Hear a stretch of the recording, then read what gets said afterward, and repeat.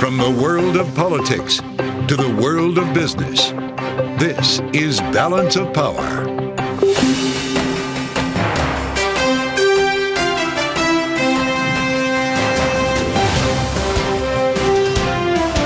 Live from Washington, D.C. From Bloomberg's Washington, D.C. studios to our TV and radio audiences worldwide, welcome to Balance of Power. Alongside Joe Matthew, I'm Kaylee Lyons. The Biden administration set to unveil new China tariffs on electric vehicles, batteries, and solar cells as soon as next week, ratcheting up tensions between the two countries. This as the U.S. rift with Israel deepens. The Israeli War Cabinet approving a limited expansion in Rafah after President Biden lays out his red lines. We'll speak with Democratic Congressman Garamendi of California, a member of the House Armed Services Committee. And the prosecution in Donald Trump's criminal trial says they may rest their case next week. We'll wrap the action in the trial this week with former New York City prosecutor Deanna Paul. And Kaylee, what a week it was. With Stormy Daniels now in the rearview mirror. Apparently, we are looking forward to Michael Cohen as the potential closer for the prosecution next week. Yep, he could be called to the stand Monday. Of course, the prosecution, as you said, Joe, has indicated that they may wrap this whole thing up, at least on their end, for next week. But in the meantime, Trump, of course, is still under a gag order. And as usual, he's not very pleased about that and made it known outside court earlier today. There is no gag order to Michael Cohen. What the judge did was amazing, actually. It was amazing. Everybody can say whatever they want. They can say whatever they want, but I'm not allowed to say anything about anybody. It's a disgrace, and you see it. That's where we start with Bloomberg's Laura Davison and our eyes on the campaign trail. Laura, this has been a daily event, well, I guess with the exception of one day a week for Donald Trump. Is this working for him? We heard some pretty salacious, pretty tough stuff from Stormy Daniels on the stand this week. He's trying to use the brief time he has in the lobby with reporters. Where are we right now in his campaign? This has not been a great week for him. This is a week that people have really tuned in. You know, this has been going on for several weeks, but all the salacious details, as you mentioned, have really, honed the media coverage on this. And I expect that we'll see more of that next week as Michael Cohen takes the stand. However, this has not stopped him from campaigning. He's going to be in New Jersey this weekend holding a big rally, and he has a bunch of big fundraisers events, which shows that donors aren't scared off by this.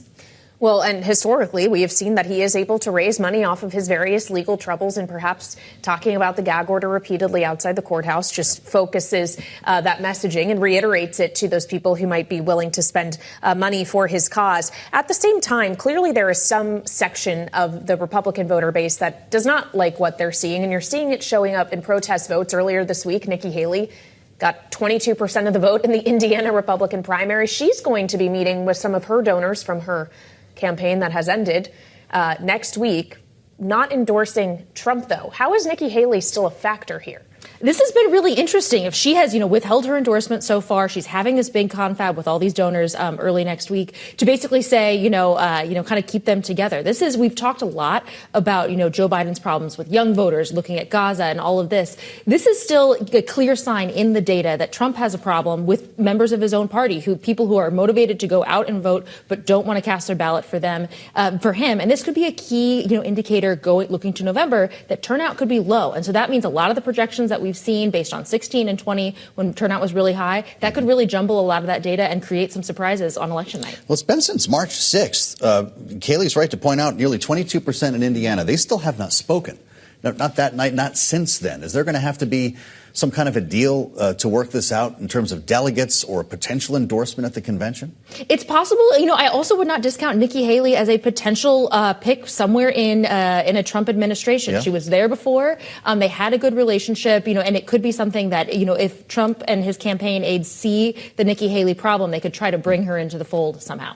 Okay, so we know that Nikki Haley will be doing that next week. We know Donald Trump will be in New Jersey this weekend trying to raise some money. Joe Biden, as we speak, is out in California trying to do the same.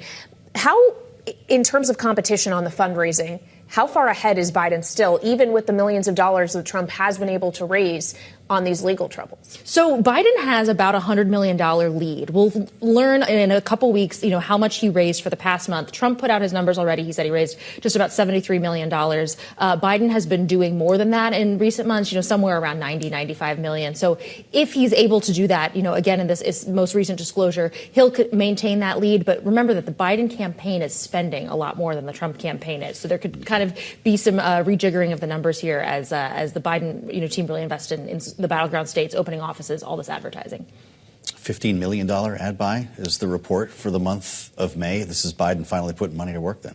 This really is. Remember, Trump, though, has legal fees, and that's been a key drag on his campaign. Yeah. Indeed. Bloomberg's Laura Davison, thank you so much. Meantime, as President Biden is campaigning or raising money in California, the Biden administration next week is expected to unveil new tariffs against China on electric vehicles, batteries, and solar cells. Bloomberg's Mike Shepard is joining us now. So obviously, Mike, this administration has left intact a lot of the existing tariffs that were put into place under the Trump administration, now looking at expanding them, but perhaps in a more narrow way than what Donald Trump says he would do, 60% plus tariffs on everything.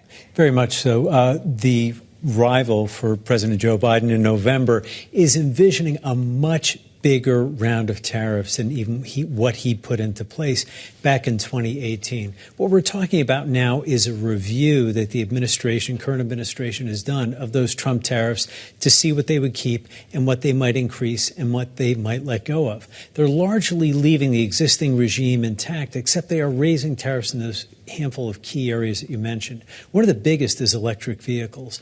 And that is something that the administration is trying to set up a barrier against. Chinese Chinese-made electric vehicles have made inroads elsewhere in the world, especially in Europe. And the concern is that, they could break ground here. There are already 25% tariffs in place against potential imports of Chinese electric cars. They would escalate to as much as 100%, according to the Wall Street Journal. And we would look for an announcement of something like that as soon as next week. This would take some time to implement, of course, through Catherine Tai, the U.S. Trade Representative. But the administration is trying to draw a line in this key area and also make up ground lost in other areas, too, including solar cells, which is another area of big concern. The U.S. had once been a big leader in this area, but lost that lead to Chinese makers who were able to produce them less expensively and do it en masse. So what does this mean for our relationship, though, Michael? We've just had Janet Yellen, Antony Blinken in China talking about our economic cooperation, our relationship moving forward, and I'm guessing this is not going to land well in Beijing. Well, it didn't. And overnight, in reaction to the scoop that our team produced last night, the Chinese government reacted saying this only adds insult to injury. And we will see how they retaliate. Senator Chuck Grassley, whom we spoke to, indicated that some of the areas that could be targeted in retaliation might not be where you think. Maybe it won't be Tesla or electric cars. Instead, they could go after U.S. farm products. And, of course, that's a sensitive area politically for the U.S. At the same time, though, China recognizes that, look, this is not a big economic hit for us or for the American public. There is a fair amount of symbolism involved. And we did see that President Joe Biden and Xi Jinping, they spoke by phone just last month. Treasury Secretary Janet Yellen more recently visited, as did U.S. Secretary of State Antony Blinken. So the two sides are trying to maintain some semblance of a conversation, even with some of these moves that we're seeing.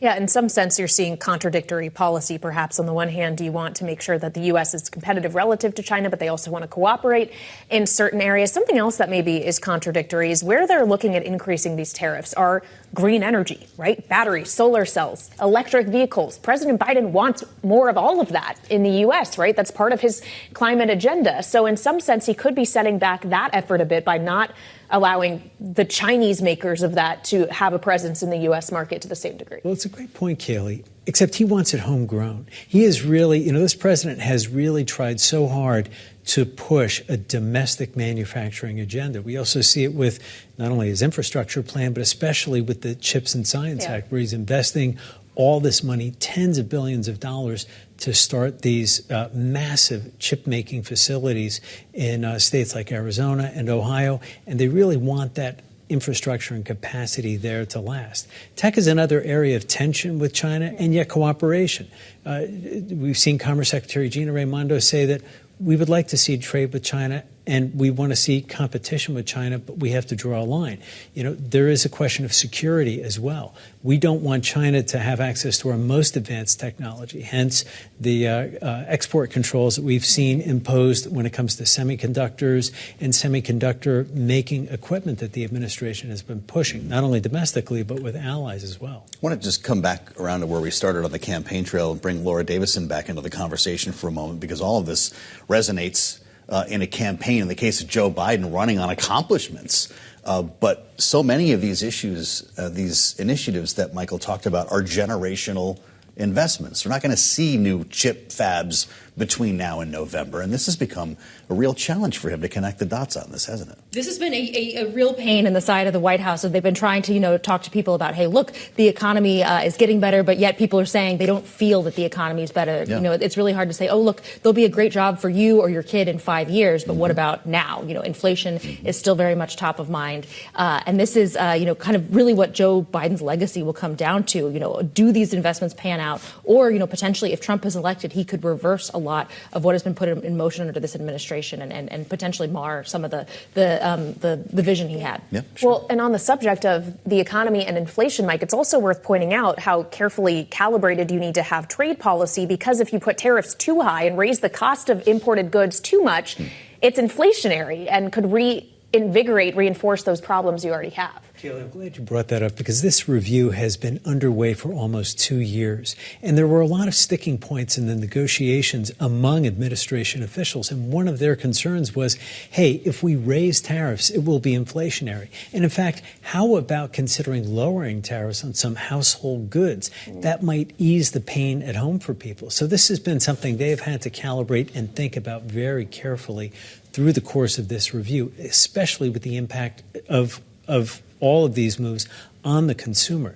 Because as we all know, it's not China that's paying the tariffs. Right. It is the consumer who is paying the price ultimately, or the small business or even large business that is paying for those levies. Well, so this is almost a damned if you do, damned if you don't for Joe Biden then, right? So you look tough on China, you protect the domestic EV industry, but you could be stoking inflation at the same time, and that's why he can't get out of the gates on any of these other issues. Yes, and this is why you've seen a lot of messaging around China without as much of some of the severe action, and this is the thing that the campaign is also trying to draw this contrast is, look, if Trump comes in, it's going to be, across the board tariffs, a very blunt instrument, and the Joe Biden White House is, in their words, trying to be more responsible and more nuanced in the approach. So that's the distinction there. Yeah, really smart talk. Laura Davison, many thanks. Michael Shepard, of course, with us here in Washington. We thank you both. Coming up, we're going to talk about the schism between the president and some members of his party over support for Israel, joined by Democratic Congressman from California, John Garamendi, next on Balance of Power on Bloomberg TV and radio.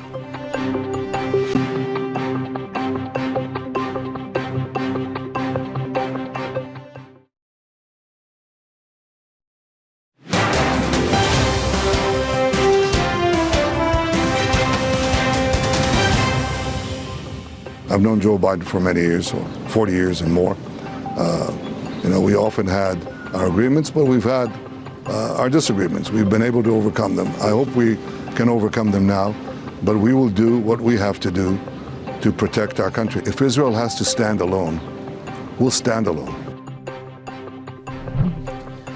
Israeli Prime Minister Benjamin Netanyahu in a conversation with Dr. Phil here in American television this week, speaking about Israel's path forward in its war with Hamas. I'm Joe Matthew alongside Kaylee Lyons in Washington. Thanks for being with us on Bloomberg TV and radio as we bring in Congressman John Garamendi, Democrat from California, who is focused on this issue right now. Congressman, it's great to have you back on Bloomberg. Just since we've taken air this hour, we've received new information about a report from the State Department that's been widely anticipated and is critical of Israel's conduct in Gaza, saying that Israel may in fact have used U.S. weapons in its war against Hamas in ways that are inconsistent with obligations under international law.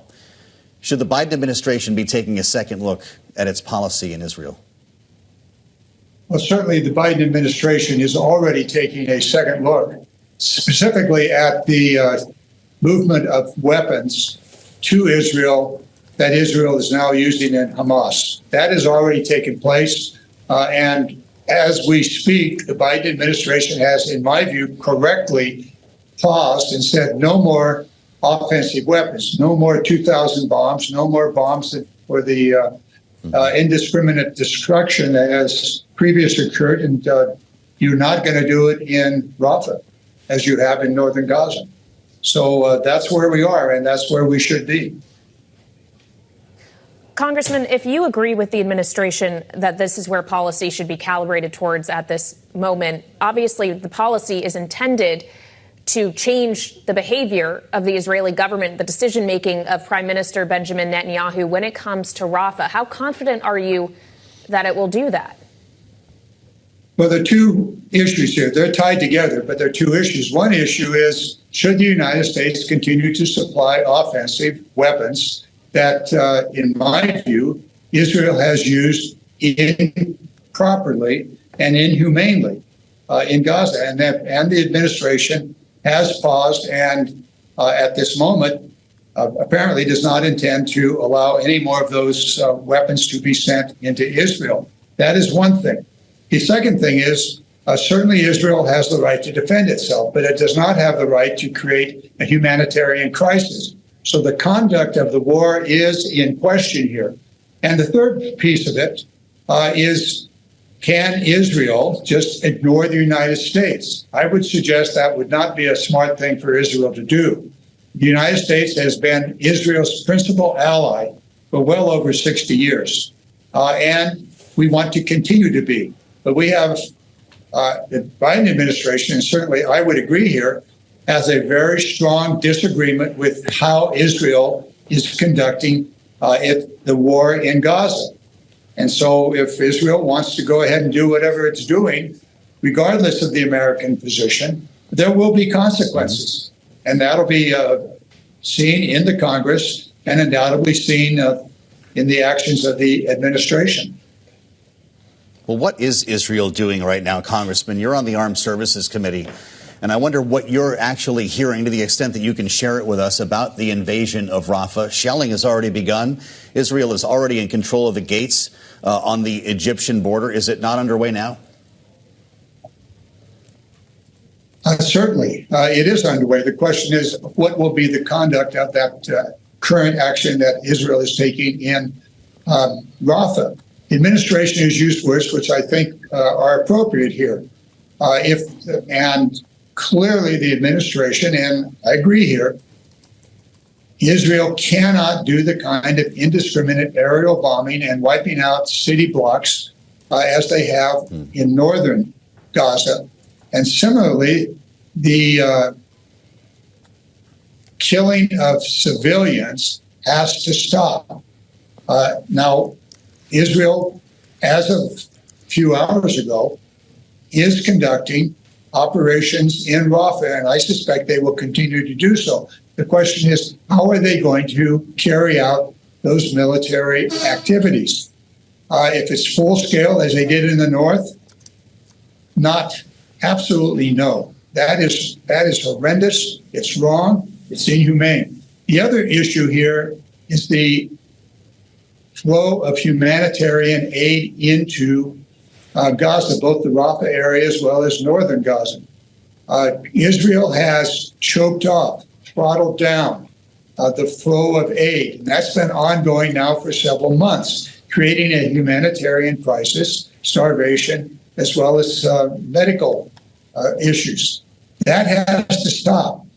It got so bad that the United States thought that it could and is in the process of building a new pier to deliver the humanitarian aid from the sea. That's not going to work. The problem is Israel is not allowing humanitarian aid. So we have two things here. One is the flow of humanitarian aid, or the insufficient flow of humanitarian aid. And the second is the conduct of the war. The war that in the early months, up until even to this last couple of weeks, has been conducted in northern Gaza in a way that is simply wrong. There is no justification for the kind of destruction, aerial bombing, indiscriminate destruction, and the loss of 30,000 or more civilian lives. There's no justification for that. Well, Congressman, on that exact point, there are already more than 30,000 Palestinian lives that have been lost in this conflict. We did not see the administration take this kind of action until now, especially for voters in your party who may be very much in disagreement with the administration over this issue. Is it too little, too late? Well, certainly for those that have died, the answer is absolutely yes. It is too little, too late. Could it have changed earlier? I know that I and many other members of Congress said the very first day of the Israeli offense, Israel lost the war because of the indiscriminate bombing that was occurring on the first day of this war. And it continued from there to where we are today. It cannot continue in Rafah, period. It cannot. It has to stop. Now, there are ways in which Hamas can be dealt with in Rafah without the kind of things that we saw in northern Gaza. And Israel can and has been instructed by American military who have experienced this very same problem in Iraq and Afghanistan. Is there a better way to do it? Yes. Is there a good way to do it? There's no good way to conduct a war, but there are better ways of doing it. And certainly we cannot see what has happened in the north. Should it have stopped? It should have never started. Israel has a right to protect itself. It has a right to go after Gaza, after Hamas, but it does not have a right to do the indiscriminate warfare that has occurred. All right, Congressman John Garamendi, the Democrat from California, thank you so much for joining us this evening, sir. We appreciate your time. Separately, we have eyes tonight on the Commodity Future Trading Commission, which today proposed a crackdown on so-called events contracts, taking a major step toward directly banning derivatives from being used to bet on elections and even sports games. Joining us now with more is Bloomberg's Ben Bain, who leads our financial regulatory coverage here in Washington. So, Ben, this is a proposal, obviously not yet adopted. If it actually is, though, what does this mean? Are you going to be able to bet on anything with derivatives? So this is basically a pretty big step by the CFTC. They've been dealing with this issue for years. And what's happened is a bunch of exchanges that the CFTC regulates have taken steps to list contracts that kind of go outside of the traditional, like, hey, we're going to see if corn's going to go up or corn's going to go down. Right. And some of the more notable things right now is you can really place a wager on who's going to win a music award, who's going to do things like there's even opportunities to bet on the weather in Chicago, what it's going to be like, 2 weeks from now, things like that. But also we've started to see a push to include political outcomes as part of that. The argument is that if ordinary people can bet on whether Democrats or Republicans are going to have control of Congress, for example, they could hedge political risk or impacts in their own lives or their own businesses the way Wall Street really only can right now. That's the argument in favor. Now, the argument against is that this potentially offers incentives for people to do things that might seem a little bit untoward or perhaps even lead to manipulation. So the CFTC has been grappling with this because these exchanges that the CFTC regulates have been pushing to try to start listing these kinds of contracts. Right. So what they did today, they came out and basically said no, or we're proposing saying no to political outcomes. And in addition to that, any kind of sports games. That's a separate thing. There was a push a few years back by one exchange to start listing contracts to let people bet on the outcomes of NFL games, kind of like you would at a sports book. But the difference here is that these were tailored towards kind of big institutional investors who could be impacted by that. I love that you can bet on lunar landings, among other things here. Ben, more event contracts, as I read on the terminal, were listed in 2021 than in the prior 15 years combined. In our remaining moment, give us a sense of the scale of this cottage industry, maybe not so cottage. Yeah, so it's not quite as big as backers of this but it has moved from kind of what would be people who are maybe like political junkies or people who are kind of just in this little niche market to something that's becoming a little more widespread. We've seen increased interest from Wall Street. One big trading firm has started to be a market maker on one of the big exchanges. So we are seeing an increased interest, but so far it hasn't really become, a major asset class. But, if the CFTC has a way, it won't be for political elections either. So we'll see. This is a fascinating story. You can find it on the terminal and online. Bloomberg's Ben Bain, we thank you for the insights today. Coming up, we'll look ahead at what's next for the Trump hush money trial in New York and what we can expect if Donald Trump's former lawyer, Michael Cohen, does take the stand Monday. It's coming up next on Balance of Power on Bloomberg.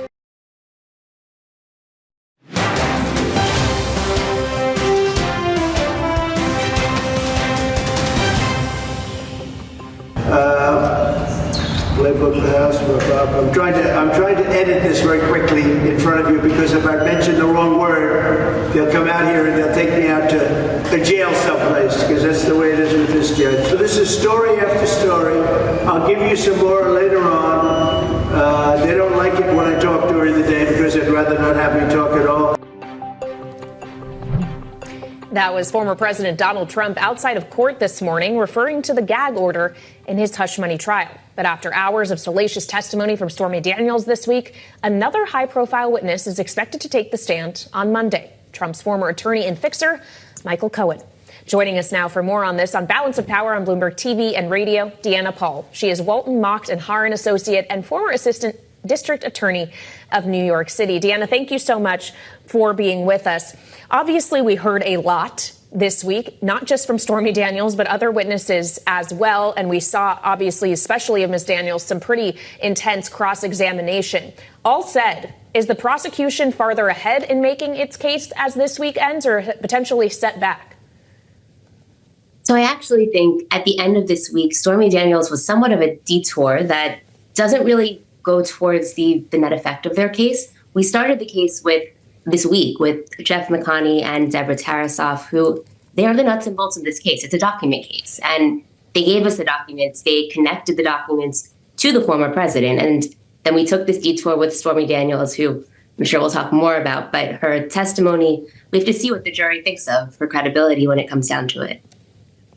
Well, what do you think of it? Because this was a pretty remarkable experience, hearing such a salacious tale with so little objection from the defense. We had repeated requests for mistrials, but even the judge criticized Donald Trump's lawyer for not being more involved and more interactive in the moment. Did Donald Trump's legal team do him a disservice this week? So before Stormy Daniels took the stand, the defense they asked the judge, they moved for him to limit her testimony. They said that they didn't want her to go into all of the underlying sexual acts. And the prosecution in that moment actually said that they weren't planning on going into very much of it. And so the judge allowed Stormy Daniels, obviously, to take the stand and to testify. And what the defense said when they made their mistrial motion was that, they thought that she was testifying within the limits of what the judge had allowed. And once they thought that she got way past what those guardrails were that were initially set up, that's when Susan Nettles started objecting pretty consistently and was getting sustained, which means that the judge was in her favor. The judge, I wasn't in court that day, but the judge people said that he seemed visibly irked with the way that the prosecution was bringing out evidence that really wasn't relevant to the case. And particularly in light of the Harvey Weinstein reversal last week, it's problematic. It was a lot of very salacious details, like you said, that really had nothing to do with whether or not the former president interfered with the election and falsified business records. Well, perhaps what we will hear on Monday has a bit more to do with the actual charges with which the former president is charged. We spoke earlier with criminal defense attorney Robert McWhirter, and this is what he had to say about Michael Cohen. Michael Cohen, I believe, is a much more important witness to the actual crime than, for instance, Stormy Daniels is. But he's also pretty much an open book. We know exactly what he's going to say, and we know exactly what they're going to do to try to attack him. And he's got a pretty good public narrative about he kind of had an epiphany about his role in helping Donald Trump. But the epiphany itself is the question, Deanna. He has spent time in jail. When he gives this testimony, even if we largely know what he's going to say, is the jury going to buy it, or is he not credible enough?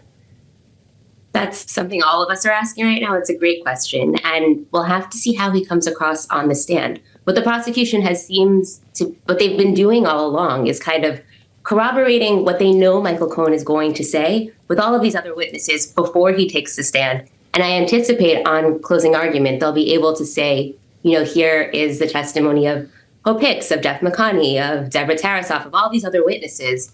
And even before we get to Michael Cohen, we've proven our case. And then you have Michael Cohen to add to it.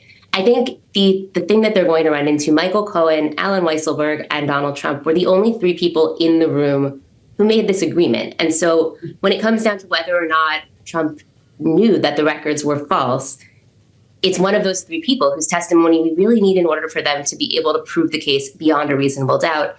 And it's left to be seen if Michael Cohen is going to be enough for all of the jurors, because at the end of the day, all they need is one to hang the case. Sounds like we're kind of done here, especially if everyone knows what Michael Cohen's going to say and how the defense might cross-examine. Or do you see that differently, Deanna? What does the defense have up its sleeve next week?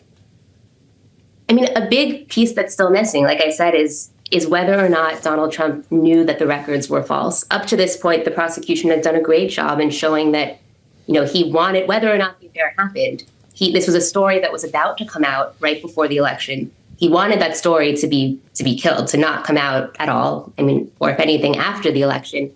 And they've shown that there are all of these records that he's connected to. His signatures are on them. The checks were mailed to the White House. He signed them. He sent them back.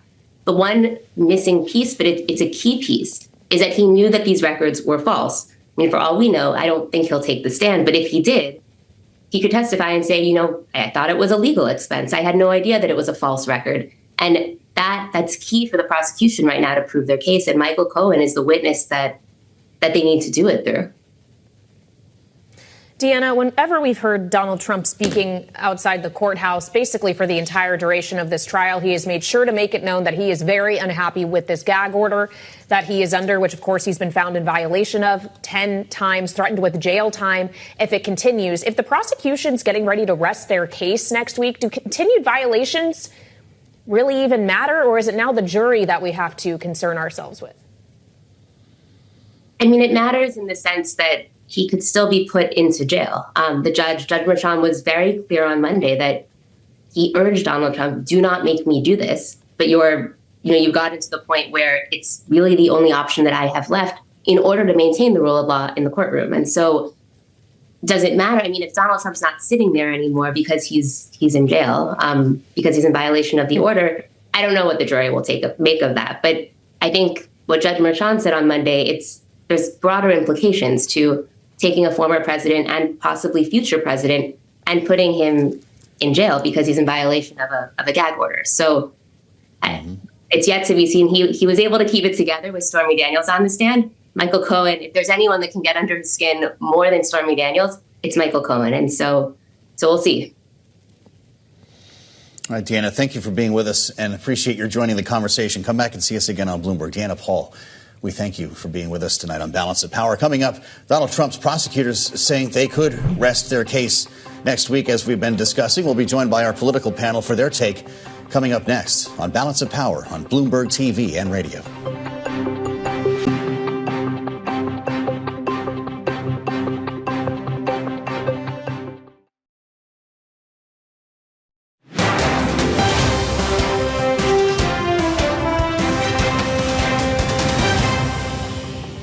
This trial was so horrible. It's no longer justice, and it's a tremendous abuse of the New York judicial system in particular. The New York judicial system has been absolutely abused and abused terribly, and it's the whole world is watching. It's very bad. So I'll now go and sit in that freezing cold courtroom for 8 or 9 hours and think about being on the campaign. Former President Donald Trump outside the courthouse in New York earlier today. I have to delineate that because they look and sound the same just about every day.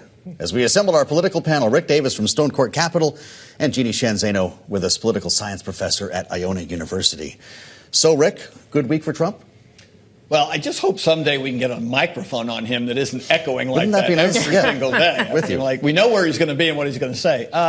look, I mean, any week he's not incarcerated, I guess, is a good week if you want to look at a guy on trial. But no, it's not a great week from a campaign perspective. He's not able to get out there, and press the flesh.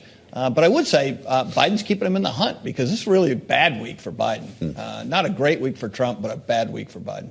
We'll get to Biden in a moment. But, Jeanne, as we consider what this week was for Donald Trump, we have talked ad nauseum about what a criminal conviction could ultimately mean for his odds of winning the election in November. What about just salacious testimony from a porn star who says she had an affair with you? And yes, he denies it, but everybody heard perhaps more description than they would like as to what exactly happened in that hotel room in Tahoe. How much damage has already been done? Yeah, it's I can just imagine how much worse it would be if there was a camera in that courtroom. I think that's one thing that has benefited the former president.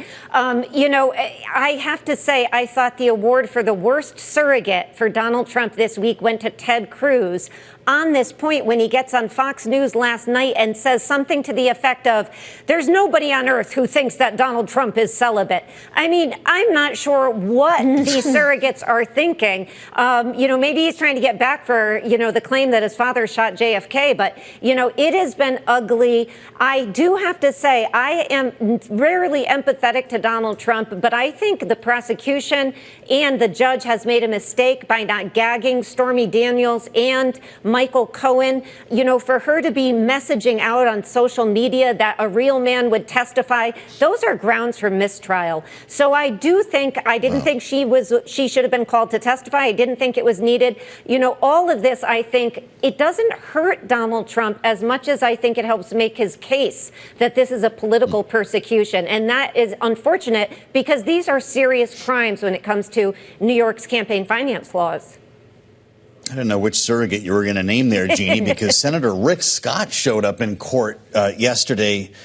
Rick, remarkable. He sat in the front row for some of the Stormy Daniels testimony. I don't know if he just wanted to go for the entertainment, but he went outside the courthouse after and did speak to reporters on Donald Trump's behalf. I consider him a friend. He said what he's going through is just despicable. Senator from Florida, is this the new way to kiss the ring, actually go to the courthouse to support the president? I wouldn't be surprised if the campaign didn't call him up and say, hey, would you get up there and try and give our guys some support? They don't have much of a surrogate operation, right? I mean, we saw earlier in the court when the president was having to be in New York that he was meeting with some foreign heads of state. Yeah. That seemed to run its course. Now, this new sort of opening up a new front where you have senators coming up there to sort of watch what's going on and then lambast it in the press.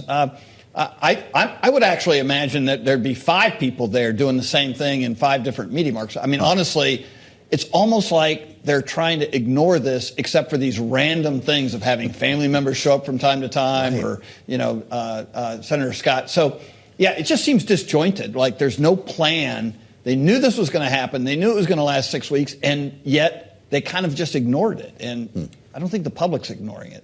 Maybe had some faith delay tactics on the part of the defense team might actually work. And they did to a certain extent until they didn't. This trial was supposed to start earlier than it ultimately did. Yep. And of course, we'll see more next week, Rick, with Michael Cohen on the stand. But as we look back at the week that was this week, you said essentially that he helped out Joe Biden, who had a pretty tough week this week. We've talked a lot about how his perhaps change in stance on Israel, the withholding of weapons, is hurting him with people on the right, but he never had those people to begin with, right? If you make people on the right mad, they already didn't really like you. If you get back more people on the left by making this shift, net, is it really all that bad for him? Yeah, I'd look at it completely the opposite. He's going to get the left anyway. They're never going to vote for Donald Trump, and they're going to realize at some point in time that supporting a Joe Biden they not really happy with is a lot better than supporting a Donald Trump, who are going to do everything they can to pile on the left. The center, which is populated with a lot of foreign policy hawks, were on Biden's team, right? They were looking at him as saying, wow, he's so much more predictable. Even though we're not going to agree with him all the time, he's more predictable. And he was making inroads after disastrous decisions related to Afghanistan. He was finally getting on board. His strong support of Israel were bringing that crowd in. And those are swing voters that he needed, right? They wouldn't normally be voting for a Democrat, but he had them because of the inconsistencies in Trump. And now he looks just as inconsistent as Donald Trump does. Jeanne, Rick is speaking in the past tense. He had them. Can he get them back? You know, I think he can, but I have to say, if you ask me about the policy, I think it's debatable. There's, people on both sides of the policy with good arguments to be made. Politically, this is not good for Joe Biden. And I would just give you one example. People look at Donald Trump as strong. You even have people arguing the fact that he had relations with a porn star is a great example of what a strong man he is. But the fact is, Joe Biden doesn't look strong, and he needs to give those people in the middle permission to vote for him by saying that he is a strong, decisive, energetic leader. And yet he makes the statement at the Holocaust Memorial, which was fine, but we find out that a week before he made this pause. It looks like he does not have a conviction on this. And politically, that is a problem. The Washington Post had a Palestinian scholar, quoted today saying Biden wants to have it both ways. That's a problem politically. He's not going to do anything to get the left excited by this, and he looks like he's unfortunately flip-flopping. So politically, they have to get it together. Far better to have a conviction and be wrong than to try to have it both ways. And he's going to have to try to figure out a way to do that going forward, to give those people in the swing areas permission to vote for him, as opposed to looking to Donald Trump or somebody else. Well, Jeanne, as you think that he perhaps has made a mistake here, is looking like he's wavering. We also keep hearing that a lot of people are not paying as much attention at this point as they will, once we get further toward the election. We still have 6 months to go. And in the meantime, he's in California today. He is fundraising. He has a lot of money at his disposal. If you have more money, do you have more ability to actually control the messaging, try to present something clearer? I just wonder to what extent the war chest can help him here. It'll absolutely help him. Time and money is your best friend on a campaign. He's got a lot of it while his opponent is in trial. He's got a lot more money.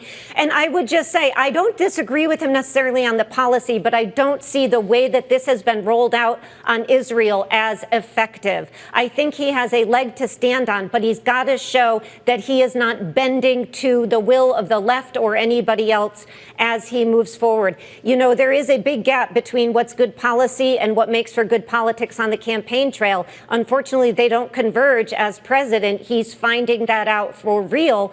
And so they're going to have to try to spend their way out of this in these 7 swing states where they're making a big media buy right now. Indeed, millions of dollars. Jeanne Sheehan Zaino and Rick Davis are going to be sticking with us because coming up, we have to talk about something else that happened this week, an unsuccessful effort on the part of Congresswoman Marjorie Taylor Greene to oust House Speaker Mike Johnson. So what happens when they all come back next week? We'll be back with our political panel on that on Balance of Power on Bloomberg TV and radio.